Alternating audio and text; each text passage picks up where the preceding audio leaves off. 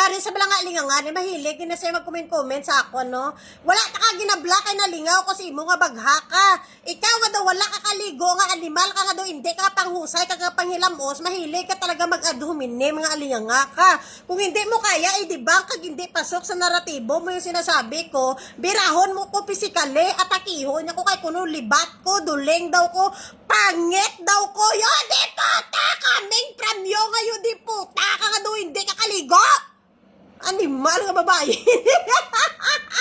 Yun din po, tatawagin mo na ako duling pangit o kung ano pa. Tinatawag mo din ako, diba, nakatulong. Yun din po, taday itawag mo na lahat sa akin na ganyan, pero hindi ako papayag na tawagin. Kuya day nga, udang!